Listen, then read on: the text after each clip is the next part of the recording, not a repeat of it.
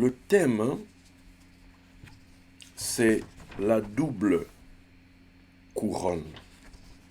Ok?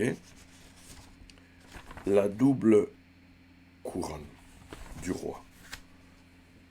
Tout le monde sait que nous avons eu Rosh Hashanah, la dernière fois que j'ai intervenu.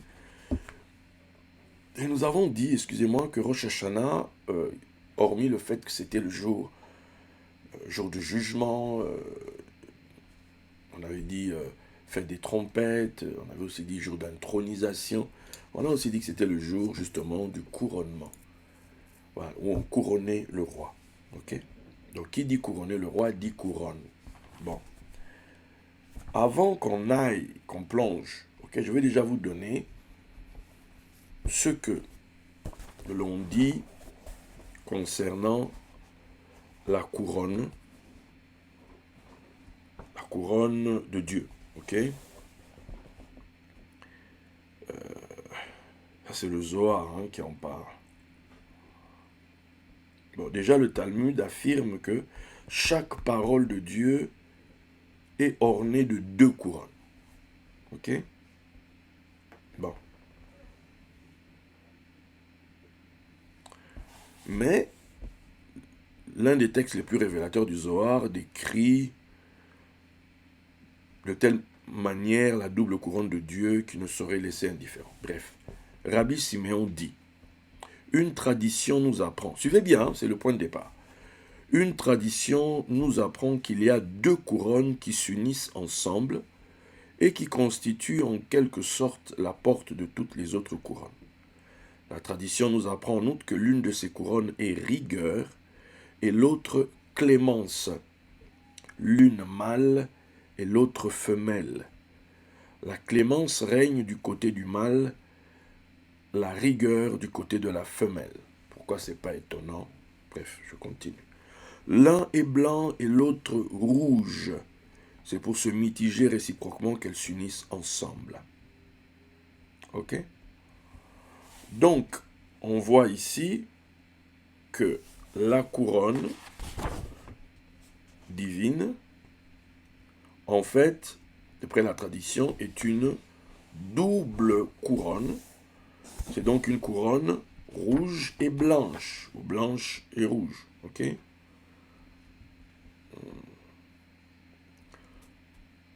On va aussi te dire que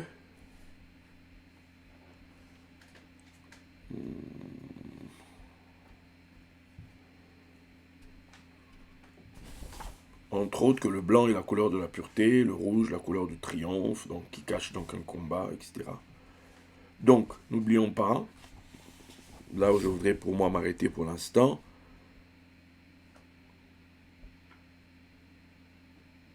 la clémence, donc c'est avec le blanc, la rigueur, c'est avec le rouge. Ok? Donc on a une double couronne. Bien. Ok. Ça, c'est fait. Donc ça, c'est la base. Point de départ, double couronne, on pose le truc. Ok? Rouge, blanc. On a derrière nous ici. Bon, bref. Maintenant, comment j'ai abouti là-bas? Qu'est-ce qui m'a emmené à la double couronne? Maintenant, on fait genre de marche arrière. On va recommencer là-bas. Et on va venir aboutir d'ici. Ici d'où on part. Ok? Tout commence par une étude sur un thème. Ce thème, on va aller le trouver dans Hébreu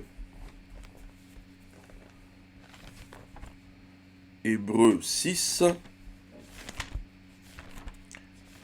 verset 2. Je vais commencer au verset 1. C'est pourquoi, laissant les éléments de la parole de Christ, tendant à ce qui est parfait, sans poser de nouveau le fondement du renoncement aux œuvres mortes, de la foi en Dieu, de la doctrine des baptêmes, de l'imposition des mains, de la résurrection des morts et du jugement éternel. ce que nous ferons si Dieu le permet. Bien. Notre focus va être, excusez-moi,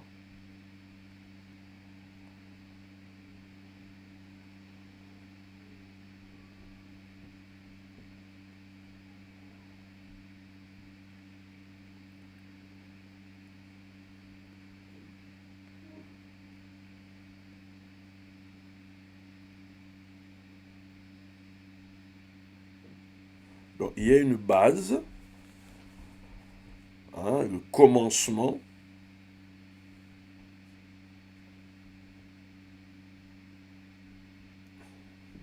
de la parole de Christ. Maintenant, on nous demande, après, ce sont les fondements, les bases, voilà. Et on nous dit qu'il faut maintenant tendre vers ce qui est parfait,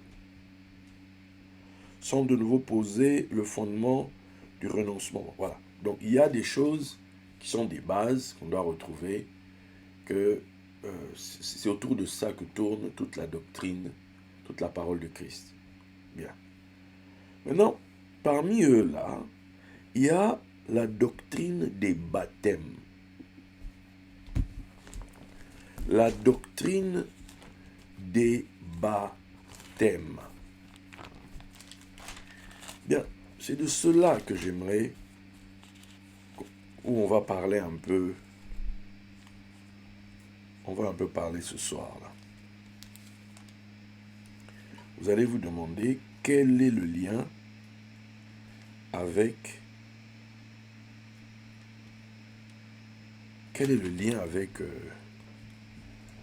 la double couronne. Ok? Là, on nous dit la doctrine des baptêmes, donc c'est un truc au pluriel.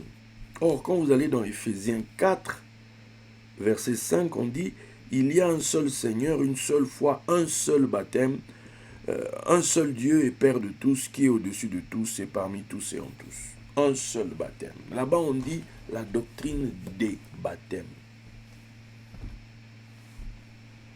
On est dans un game of God, donc il ne faut pas l'oublier. Ce sont des principes. Ok. Doctrine des baptêmes. Ok. Posons les éléments. Premier élément que je pose, Acte 18, verset 25. Je vous prie vraiment d'être très attentif. Okay? Acte 18, verset 25. Là-bas, il est écrit « Il était instruit dans la voie du Seigneur et fervent d'esprit. Il annonçait et enseignait avec exactitude ce qui concerne Jésus, bien qu'il ne connaisse que le baptême de Jean. » Ah. Bien qu'il ne connaisse que le baptême de Jean. Ok. On a dit doctrine des baptêmes. Là, on vient de découvrir qu'il y a le baptême de Jean. Donc, écrit baptême de Jean. Maintenant, on va lire un autre texte. Acte 19, 3 à 6. Acte 19, 3 à 6. Il dit, « De quel baptême avez-vous donc été baptisés ?» De quel baptême? Attends. Ça signifierait donc qu'il y a plusieurs baptêmes. Là, on parle de la doctrine des baptêmes. Et ici, quelqu'un demande de quel baptême. Donc, il y en a plusieurs. De quel baptême avez-vous donc été baptisés? Et il répondit, du baptême de Jean. Ah, deuxième fois le baptême de Jean. Vous écrivez baptême de Jean, vous mettez un petit bâtonnet. Okay? Alors Paul dit, Jean a baptisé du baptême de repentance. Ok? Disant au peuple de croire en celui qui venait après lui, c'est-à-dire en Jésus. Sur ces paroles, ils furent baptisés au nom du Seigneur Jésus. Lorsque Paul leur eut imposé les mains, le Saint-Esprit vint sur eux et ils parlaient en langue et prophétisaient.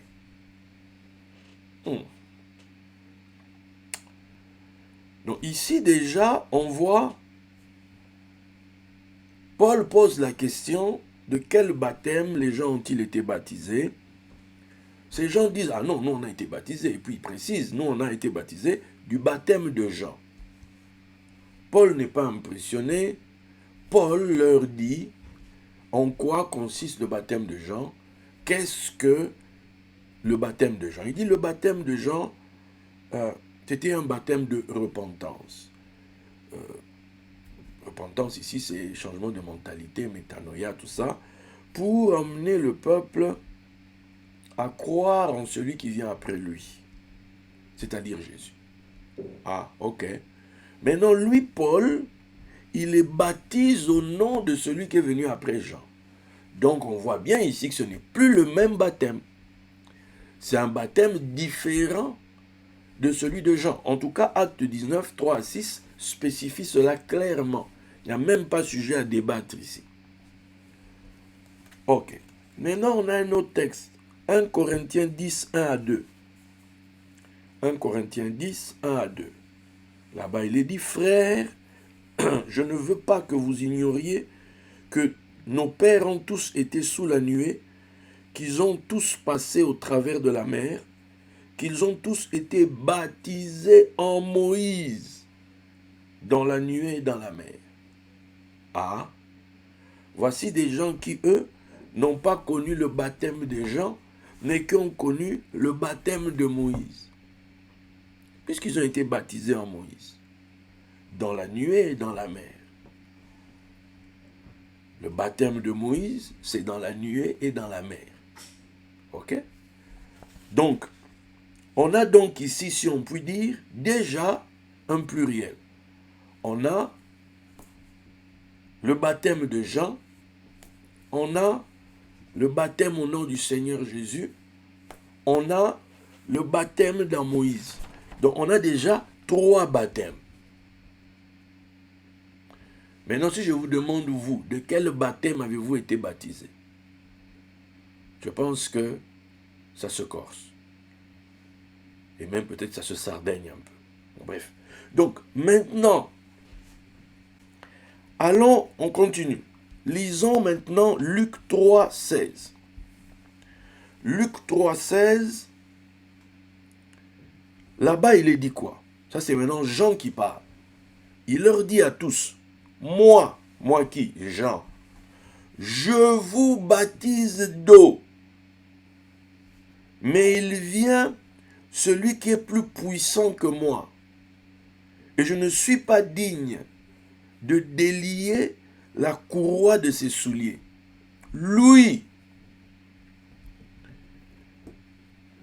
ici, c'est l'opposé de moi. Ok? Lui, c'est l'opposé de moi. Lui, il vous baptisera du Saint-Esprit et de feu. Attends.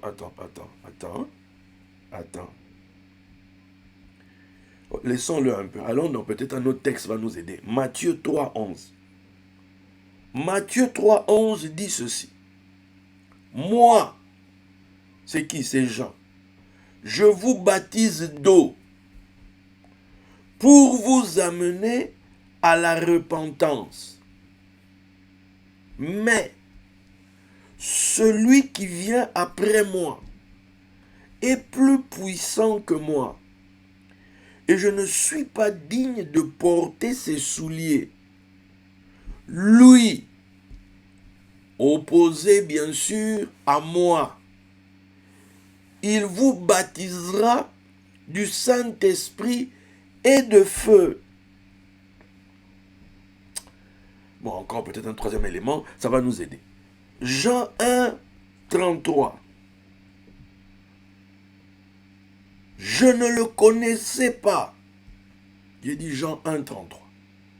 Mais celui qui m'a envoyé baptiser d'eau m'a dit, celui sur qui tu verras l'Esprit descendre et s'arrêter, c'est celui qui baptise du Saint-Esprit.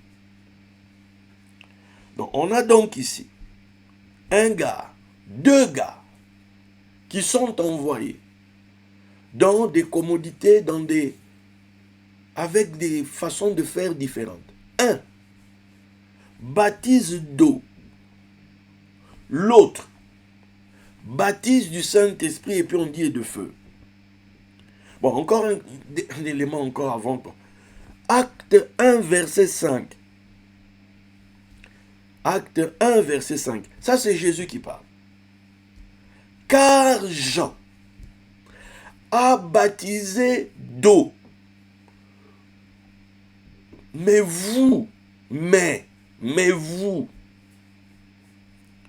dans peu de jours, vous serez baptisés du Saint-Esprit.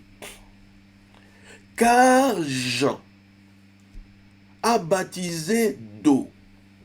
Jean avec qui vous étiez à l'époque. Jean que vous suiviez à l'époque. Jean là, vous avez vu que lui baptisait d'eau. Ok.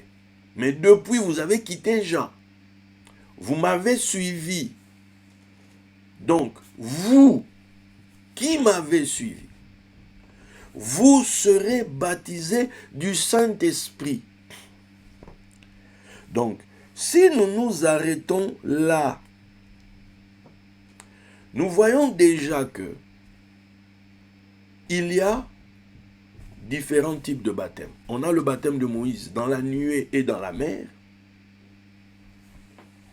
On a le baptême de Jean, qu'on nous précise, c'est le baptême d'eau. Et on a le baptême du Seigneur Jésus, le baptême de Christ qui est baptisé du Saint-Esprit et de feu. On a là 3 baptêmes. Donc, si maintenant je vous redemande, vous avez connu quel baptême? Vous avez été baptisé de quel baptême? Si vous êtes chrétien, je pense que vous connaissez ce texte de Matthieu 16, 16, où il est dit, « Celui qui croira et qui sera baptisé sera sauvé. » Ça, c'est Jésus qui parle. Mais celui qui ne croira pas sera condamné. Il n'y a pas de demi-mesure dans l'affaire. Donc, celui qui croira, oui, et qui sera baptisé, parce que la foi sans œuvre, elle est morte. La foi doit être démontrée. Ok? Donc ici, celui qui croira et qui sera baptisé sera sauvé. Donc, l'objectif du baptême, la finalité du baptême, c'est comme une condition pour le salut. Ok? Condition pour être sauvé.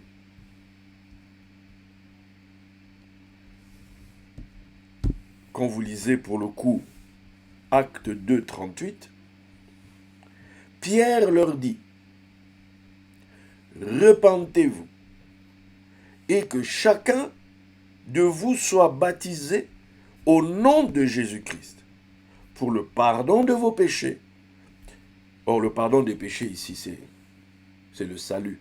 Ok? Et vous recevrez, puisque tous sont péchés et sont privés de la gloire, bon bref. Et retrouver la gloire, c'est lié au salut. Donc, et vous recevrez le don du Saint-Esprit. Pierre leur dit, repentez-vous et que chacun de vous soit baptisé au nom du Seigneur Jésus-Christ pour le pardon de vos péchés et vous recevrez le don du Saint-Esprit. Acte 2, 41, ceux qui acceptèrent sa parole furent baptisés et en ce jour-là, le nombre des disciples augmenta d'environ 3000 âmes.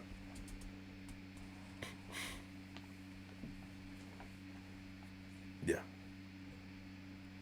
Maintenant,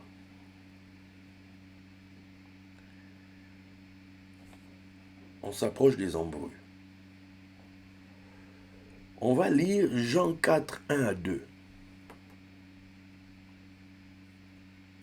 Jean 4, 1 à 2, il est dit ceci. Le Seigneur sut que les pharisiens avaient appris qu'il faisait et baptisait plus de disciples que Jean. Le Seigneur sut que les pharisiens avaient appris qu'il faisait et baptisait plus de disciples que Jean. Maintenant, écoutez ce que la Bible dit. Toutefois, Jésus ne baptisait pas lui-même, mais c'était ses disciples. Ok? C'était ses disciples. Or, vous savez, les premiers disciples de Jésus, c'était des gens qui étaient avec Jean. Quand Jean a présenté Jésus, ces gens-là ont quitté Jean, ont suivi Jésus. Ok? Donc maintenant, on apprend que Jésus baptise, mais on nous précise que ce n'est pas lui. Ce sont ses disciples. Ce détail est hyper important. Regardez. Acte 10, 47 à 48. Acte 10, 47 à 48. Pierre est chez Corneille. Alors Pierre dit, peut-on refuser l'eau du baptême, l'eau, à ceux qui ont reçu le Saint-Esprit, aussi bien que nous, et il ordonna qu'ils soient baptisés au nom du Seigneur. Ok. L'eau du baptême, c'est-à-dire, est-ce qu'on va leur refuser le baptême d'eau? Alors qu'en réalité, les gens viennent d'être baptisés du Saint-Esprit. Puisque Jésus avait dit, Jean a baptisé d'eau, mais vous serez baptisés du Saint-Esprit. Ok? Maintenant, les gens ont été baptisés du Saint-Esprit. Ok? Mais, Pierre maintenant dit ça. Allons dans Acte 11, 15 à 16. Acte 11, 15 à 16. Ça, c'est maintenant Pierre qui fait le compte rendu de ce qui s'est passé chez Corneille. Lorsque je me fus mis à parler, c'est Pierre, le Saint-Esprit descendit sur eux, comme sur nous au commencement. Et je me souvins de cette parole du Seigneur. Jean a baptisé d'eau, mais vous serez baptisés du Saint-Esprit. Maintenant, c'est là où il y a quand même quelque chose qui cloche. Si Pierre sait qu'il s'est souvenu de cette parole du Seigneur, comme quoi Jean a baptisé d'eau, mais vous serez baptisés du Saint-Esprit, pourquoi avoir demandé l'eau du baptême, qui est un baptême de Jean, qui n'a rien à voir avec le baptême du Seigneur Jésus? Puisque le baptême du Seigneur Jésus, c'est le baptême du Saint-Esprit et de feu.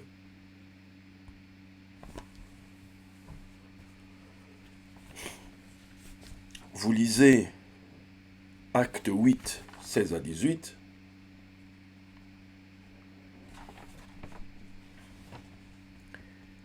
Car il n'était encore descendu sur aucun d'eux, ils avaient seulement été baptisés au nom du Seigneur Jésus. Donc on imagine ici, déjà là, c'est une faute. C'est une faute parce que le baptême du Seigneur Jésus, c'est le baptême du Saint-Esprit. Maintenant, c'est ça qui a compliqué les gens dans les églises, en fait. Les doctrines, les gens se sont pris la tête matin. Quand on lit le texte, on voit bien que Jésus lui-même fait une différence en termes de baptême. Il dit Jean a baptisé d'eau. Jean lui-même, il dit, moi, je vous ai baptisé d'eau. Ok? Le même Jean dit, il faut que je diminue et que lui il croisse. Ok? Il faut que je diminue et que lui il croisse. Moi qui baptise d'eau, je dois diminuer. Et lui qui baptise du Saint-Esprit, il doit croître. C'est-à-dire que les deux sont au service de Dieu, mais chacun vient avec sa façon de faire. Chacun a son rôle à jouer. Maintenant, quand on vient nous dire, ils avaient seulement été baptisés au nom du Seigneur Jésus. Mais non, le baptême au nom du Seigneur, ça signifie quoi? Je baptise les gens envoyés par le Seigneur Jésus. Or, le baptême du Seigneur Jésus, c'est le baptême du Saint-Esprit. D'où on dit, alors Pierre et Jean, donc, on peut comprendre que donc à Samarie, ils avaient juste mis les gens sont rentrés dans l'eau. Ok? Mais le baptême du Seigneur, alors Pierre et Jean leur imposèrent les mains. Et ils reçurent le Saint-Esprit. On leur imposa les mains et ils reçurent le Saint-Esprit. Lorsque Simon vit que le Saint-Esprit était donné par l'imposition des mains des apôtres, il leur offrit de l'argent. C'est là où ça s'embrouille. On lui dit, tu penses que le don de Dieu, tu vas l'acquérir comme ça? Oui, parce que ça, c'est le signe numéro 1, la caractéristique number 1 des envoyés du Christ.